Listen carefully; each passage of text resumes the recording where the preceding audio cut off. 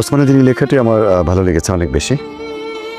আমায় ছিঁড়ে খাও হে শকুন, হে সীমান্তের শকুন, এক্ষুনি ছিঁড়ে খাও আমাকে। হে আটলান্টিক ইরিগল, শিগগির খুবলে খাও আমাকে। হে বৈকাল হ্রদের বাজ, আছড়ে কামড়ে ছিন্ন ভিন্ন করো আমাকে। আমার রক্ত রসে শুধু অসহায়ত্ব আর অভাব। কাগজের কামলারা তারে আদর করে মুদ্রাস্ফীতি ডাকে। ঋণের চাপে নীল হয়ে যাচ্ছে আমার অনুচক্রিকা। সংসার চালাতে অন্তরে হয় ইন্টারনাল ব্লিডিং। কি আশ্চর্য, তবু আমি মরছি না। ওদিকে দোজখের ভয়ে আত্মহত্যা করবারও সাহস পাই না আমি। খোদাকে বললাম, আমি মরতে চাই। তিনি বললেন, বেঁচে আছো কে বলল? সহস্রাব্দ উন্নয়নের সাক্ষী হিসেবে রাজা তোমাকে মমি করে রেখেছেন।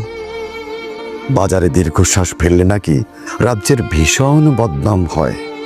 রাজারও মন খারাপ হয় খুব।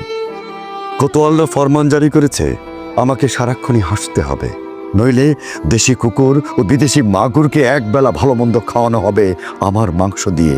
নিত্যদিন ব্রয়লারের ভুঁড়ি নাকি ওদের ভাল লাগে না। অথবা আমাকে ভাগ দিয়ে বেচা হবে। মানুষের তো মানুষ খাওয়ার স্বাদ হতে পারে, তাই না? ভাগ্যিস তা বিদেশি সুপার শপে বিক্রি হবে না। দেশি মানুষেরই তো হক বেশি আমাকে খাওয়ার। এ দোজকি যখন নিয়তি, তখন আমি উদাম হয়ে ডাকছি দুনিয়ার শ্রেষ্ঠ মাংসাশী বিভোগদের। হে ঈগল, চিল ও ভয়ঙ্কর বাজেরা, হে সাম্রাজ্যবাদী সাহসী শকুনিরা, তোমরা F-35 এর মতো, MiG-29 এর মতো দল বেঁধে হামলে পড়ো আমার বুকে।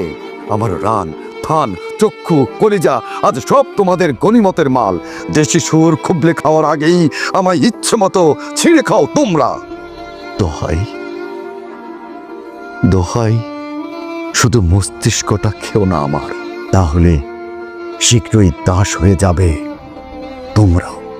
তাহলে শীঘ্রই দাস হয়ে যাবে তোমরাও।